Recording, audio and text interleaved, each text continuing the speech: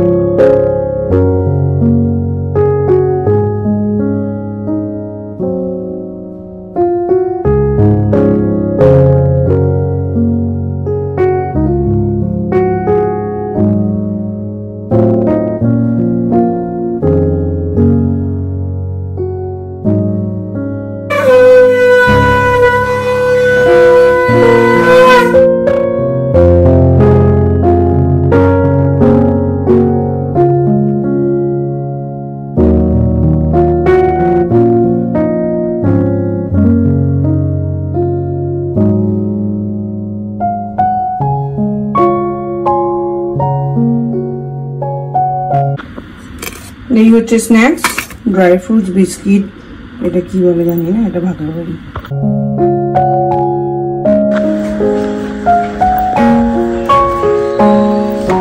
By.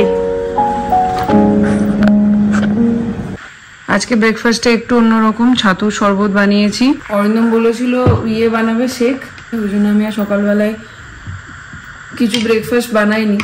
তো ও late হচ্ছে দেখে আমার খিদে পেয়েছে, ওই জন্য আমি একটুখানি ছাতুর শরবত বানিয়ে খেয়ে নিচ্ছি। ভালোই লাগছে। ছাতুটাকে জলে গুলেছি, পেঁয়াজ কুচি, ধনেপাতা কুচি, লঙ্কা কুচি সব দিয়ে, একটু নুন দিয়ে, বিট নুন দিয়ে।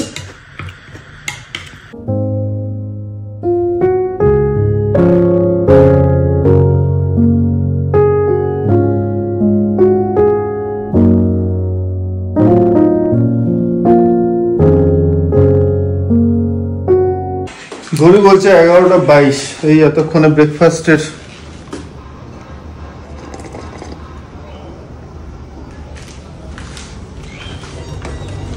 সময় হলো।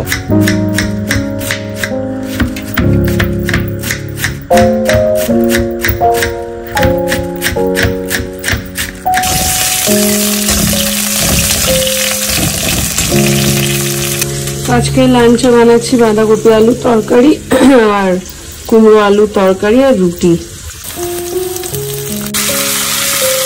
কি বানাইতেছ? বাঁধাকপি আলু তরকারি আর কুমড়ো আলু তরকারি আর রুটি। রুটি?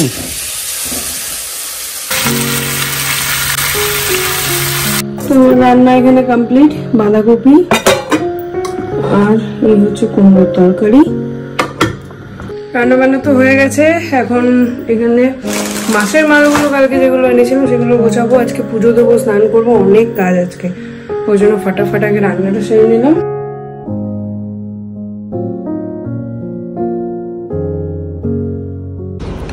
তো অফিস করছিলাম, অফিস করতে করতে একটা খারাপ খবর এসে পৌঁছালো। সেটা হচ্ছে গিয়ে, যখন আমরা মামাবাড়িতে গিয়েছিলাম তখন বলেছিলাম যে এক দিদির বাড়িতে দেখা করতে যাচ্ছি। তো আমার বড় মাসির ছোট মেয়ে মিঠুদি তো ক্যান্সারের সঙ্গে মানে যুঝছিল আর কি, অনেক দিন ধরেই ভুগছিল। তো সেকেন্ড স্টেজের শেষ দিকে আর থার্ড স্টেজের আর্লি মানে ওই টাইমটায় ধরা পড়েছিল। তো পুরোপুরি কিওরও হয়ে গিয়েছিল, মানে বডিতে আর কোনো রকম কোনো ইয়ে ছিল না ক্যান্সারের। তো তারপরে হঠাৎ করে 3-4 মাস পর আবার সেটা দেখা দেয়, এবং সেটা যখন হয় তখন তো কেমো আবার চলছিল। সেই করতে করতে হঠাৎ আমরা যাওয়ার কিছুদিন আগেই একটা ব্রেন স্ট্রোক মতো হয়। তো সেখান থেকে একদম পুরো বডি ছেড়ে দিয়েছিল বললেই বলা চলে, মানে গোটা গায়ে হাত পায়ে ব্যথা হচ্ছিল। তো অনন্যা মানে মিঠুদির মেয়ে আর মানসদা জামাইবাবু দুজনে তো খুব, আমরা যখন গেলাম তখন তো দেখলাম সে মানে বসে থাকলে মানে বেশিক্ষণ বসে থাকতে পারছে না, শুতে চাইলে বেশিক্ষণ শুতে পারছে না, মানে একটা প্যাথেটিক অবস্থা। তো এক্ষুনি সোনু খবরটা দিল যে দিদি আর নেই আমাদের সাথে। তো খুবই খারাপ লাগছে, মানে অনন্যার মুখটা, ও মানে অনেক স্ট্রং হয়ে গিয়েছিল, ওকে দেখছিলাম যে না না মা ঠিক আছে, মা ঠিক হয়ে যাবে। হ্যাঁ, মানে অন্যরকমই একটা ওর মধ্যে একটা চেঞ্জেস দেখছিলাম। আর মানুষ দাদা ছিল এই সমস্ত রকম যতটা সাধ্য করছিল। আর মানুষ দাদা সব থেকে বড় ব্যাপার যে নিজের জব স্যাক্রিফাইস করে দিদিকে দেখছিল আর কি। যাই হোক, সেসব এখন অন্য কথা, বাট শেষ রক্ষাটা আর হলো না। তো এইটুকুই বলবো, রেস্ট ইন পিস। আর অনন্যাকে আরও শক্তি দিক ঠাকুর, মানে ও তো একদমই বাচ্চা, আমাদের কাছে ও একদমই বাচ্চা। হ্যাঁ, তো ওর পুরো লাইফটাই পড়ে আছে যেটা মাকে ছেড়ে।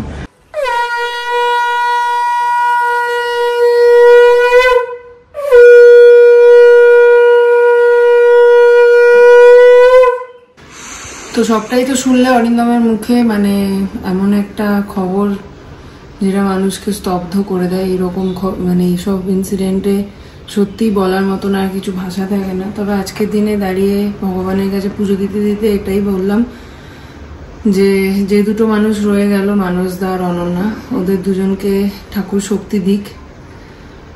আর একটা কথা আজকে বলতে খুব ইচ্ছা করছে, যেদিন গড়িয়া থেকে দিদিকে দেখতে গেছিলাম সেদিন সত্যি দুটো জিনিস দেখে খুব আশ্চর্য হয়েছিলাম আর খুব ভালো লেগেছিল, যে পরিস্থিতি কিভাবে মানুষকে তৈরি করে দেয়। অনন্যা অতটুকু একটা মেয়ে কত শক্ত করে দিয়েছে, কত পজিটিভ কথা বলছিল সেদিনও, মা ফিরে আসবেই, আমার মা শক্ত। যাই হোক, তো এগুলো শুনে সত্যি খুব মানে অবাকও হয়েছিলাম, খুব ভালো লেগেছিল। আর সেদিনকে দেখলাম যে একটা স্বামী তার স্ত্রীকে কিভাবে আগলে রাখে, মানে মানসদা যেভাবে দিদির জন্য করেছে, মানে আমি ওইটুকু ঝলকে যা দেখলাম, মানে সত্যি আমি খুব অবাক হয়েছিলাম। মানে প্রত্যেকটা ছেলে শেখা উচিত, মানে কিভাবে যে প্রোটেক্ট করে রেখেছে। ইভেন ইনফ্যাক্ট আমি জানি না অরিন্দম তোমাদেরকে বলেছে কিনা, দাদা রেলে চাকরি করতেন আর কি। তো ওই দিদিকে টেক কেয়ার করবে বলে দাদা চাকরিও ছেড়ে দেন, ভিআরএস নিয়ে নেয়। সো এগুলো, এই ছোট ছোট জিনিসগুলোই হয়তো আমাদের সমাজকে অনেক কিছু শেখায়। তাই আজকে ইনসিডেন্টগুলো তোমাদের সাথে শেয়ার করলাম। যাই হোক, আর কি বলবো, পরিস্থিতির সময় মানে একজন আমাকে মেসেজ করেছিল একটা টাইমে, আমার মনে আছে, তোমাদের আমাদেরই ফ্যামিলি মেম্বার, যে দিদি ওরও মা কয়েকদিন আগেই, মানে এক সপ্তাহ আগেই মাকে হারিয়েছি, তো মানে প্রত্যেকটা মুহূর্তেই তোমার কথা মনে পড়ে আর ভাবি যে কিভাবে নিজেকে হিল করব। তো আমি ওকে ওটাই বলেছিলাম মেসেজে, যে সময় হচ্ছে সব থেকে বড় হিলার। এই সমস্ত ক্রাইসিসে সত্যি কখনো মানে কোনো ক্ষতিপূরণ হয় না, কিন্তু সময় সবাইকে, সমস্ত মানুষকে আস্তে আস্তে আস্তে আস্তে শক্ত করে দেয়। তো ওরাও এই জন্য শক্ত হয়ে যাবে আমি জানি, বাট ওই আর কি এই পিরিয়ডটা কাটানো খুব মুশকিল। হয়ে গেল অফিস, তো একটু চা বানাই, কি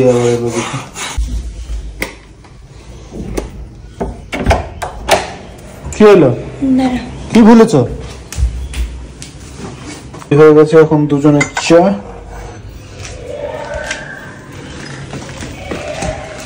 অনেকদিন পর আজকে দুজনে মিলে চা নিয়ে একসাথে বসেছি বিকেল বেলায়, আর সঙ্গে আছে একটু ঠেকুয়া। আজকে একটু গিফটগুলো বার করে রাখছি, মানে ছোট ছোট গরমায় ফটো সবাইকে দেব, তো ওই জন্য একটু সিঁদুর আর একটা একটা করে ব্যাগ এনেছি ছোট, ওই পাশে।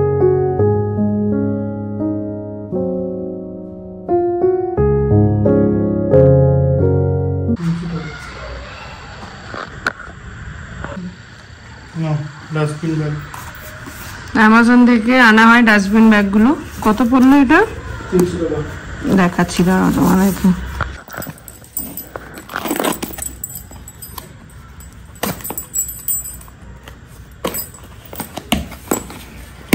চারটে ডাস্টবিন ব্যাগ 300 টাকা, সাইজ মিডিয়াম। এগুলোর এইখানে এক একটারই দাম নেয় 70 মতন, স্টোরগুলোতে 86, এক একটারই 86 দাম। হ্যাঁ, তাহলে তো খুব একটা প্রফিট হয় না। চারটে 32, 320।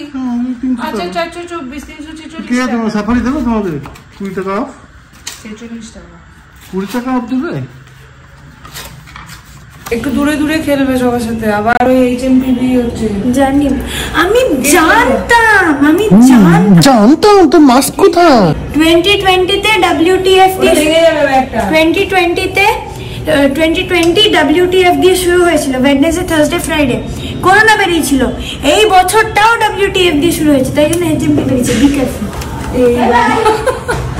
যাই হোক, সবাই ব্যাঙ্গালোরেও, মানে তোমরা কমেন্টেও জানাচ্ছ, হ্যাঁ চায়নাতে তো পুরো স্প্রেড করেছে অনেক বাজেভাবে, আর ইন্ডিয়াতেও আতঙ্ক হওয়ার কিছু নেই, যেটা নিউজে বলছে এখনই অবধি আতঙ্কিত হওয়ার কিছু নেই, কিন্তু স্প্রেড হচ্ছে, তবে বি কেয়ারফুল। আর চাই না সত্যি, বাপরে 2020-21-এর মতন ফিরে আসুক। সো ব্যাঙ্গালোরে 2জন সাসপেক্টেড, 2টো বাচ্চা, তার মধ্যে একজন কিওর হয়ে গেছে, একজন এখনও হসপিটালে ভর্তি। সো সবাই নিউজে পাচ্ছই, আর যেহেতু আমরা ব্যাঙ্গালোরে আছি, ব্যাঙ্গালোরের আপডেটটা দেওয়াটাও দরকার, তো ওই জন্য দিয়ে দিলাম। একটু কেয়ারফুল থাকো, আমরাও এক্ষুনি বেরোবো, বেরিয়ে অ্যাটলিস্ট আমাদের না হলো মিমলির মাস্কটা কিনে আনবো, কেন কি মাস্ক পরার অভ্যাসটা সেন অনেক দিন অবধি চালিয়েছিল, তারপরে কোথাও গিয়ে ও এখন আর পরে না, আর তো ওই জন্য ওটা আবার পড়তে তো হবে, তো ওই জন্য অ্যাটলিস্ট স্কুলে যায় বাসে করে, এতে করে, ওই জন্য ওরটা আপাতত নিয়ে আসি, তারপরে যেরকম দিন যাবে সেরকম আমরাও স্টেপ নেব। 7:34, এখন একবার বেরোচ্ছি।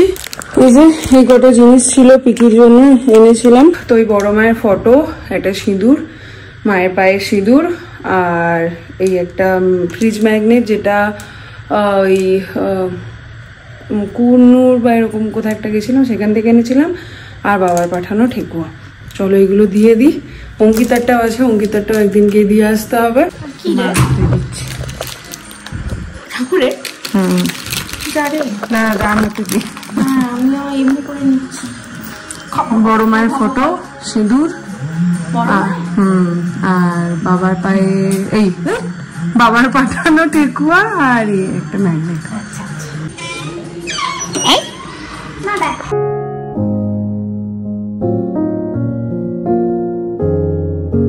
তিনজনের তিনটাই নিয়ে নাও।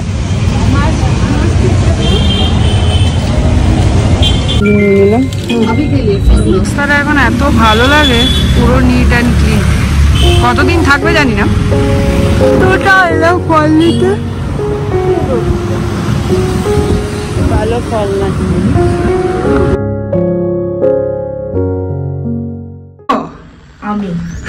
তুমি ওকে দেখলে জ্বালাও না তো, দেখ তুমি ওকে দেখলে শুধু জ্বালাতে মন করে নাকি তোমার?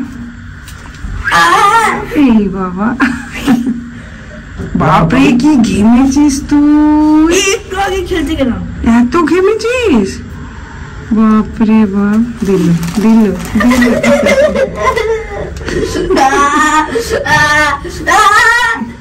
এই লিফটটা স্টাক হয়ে যাবে। লিফটটা বড় হয়ে গেছে, দেখো ডুগু, হ্যাঁ না?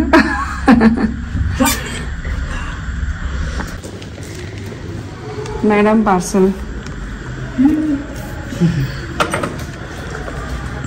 দেখ ঘরটার কি অবস্থা করেছিস, দেখ এই মাত্র গুছিয়ে দিয়ে গেলাম।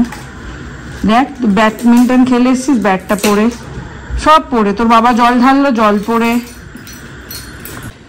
এসছে। মিমলির চশমা, দেখা যাক। বাবা বক্সটা তো সাংঘাতিক রে, ইমা আমার কান কটকট করছে জানিস। তোমার এরোপ্লেনের অ্যাট্রাকশনটা এখন হচ্ছে। মা গো কতগুলো বক্স, একবার নিচে করছে, একবার উপরে করছে। দেখ বাহ, বক্সটা কি সুন্দর দেখতে, কালারফুল।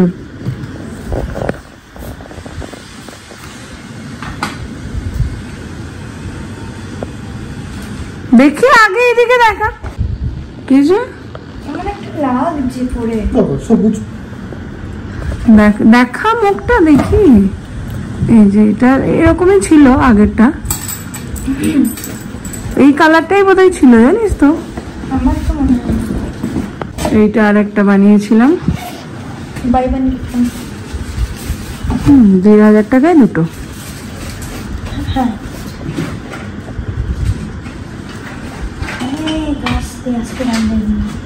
এটা খুলবো না, না রে, ওটা নিয়েই পড়ে, ওটা স্ট্রেট ডান্ডা, ওই জন্য খুলিস না। রেখটা রেখে দি, যদি লাগে তখন পড়বি। কথা বুঝিস না তো, ভেঙে যাবে ডান্ডাটা। তুই আগে পড় তো। এমনি ওটা খুলবে না, এমনি ডান্ডাটা ভেঙে যাবে প্রথম দিনই। ওর নিচে দেখ একটা ইয়ে মতন দেওয়া আছে, বেরোনো মতন, ওই জন্য খুব বেশ। তুই পড়, এখন দেখাচ্ছি তোকে পড়ে। বাহ, এটাই বেশি ভালো লাগছে।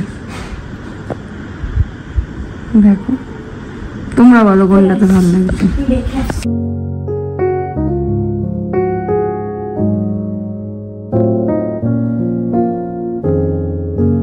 আজকে পুরো হালুয়া টাইট, একে কালকে খেলতে গিয়ে লেগেছে, আর তার উপরে এই যে এই পরে খেলছিলাম, ওই জন্যই রক্ষে, না হলে অবস্থা টাইট হয়ে যেত।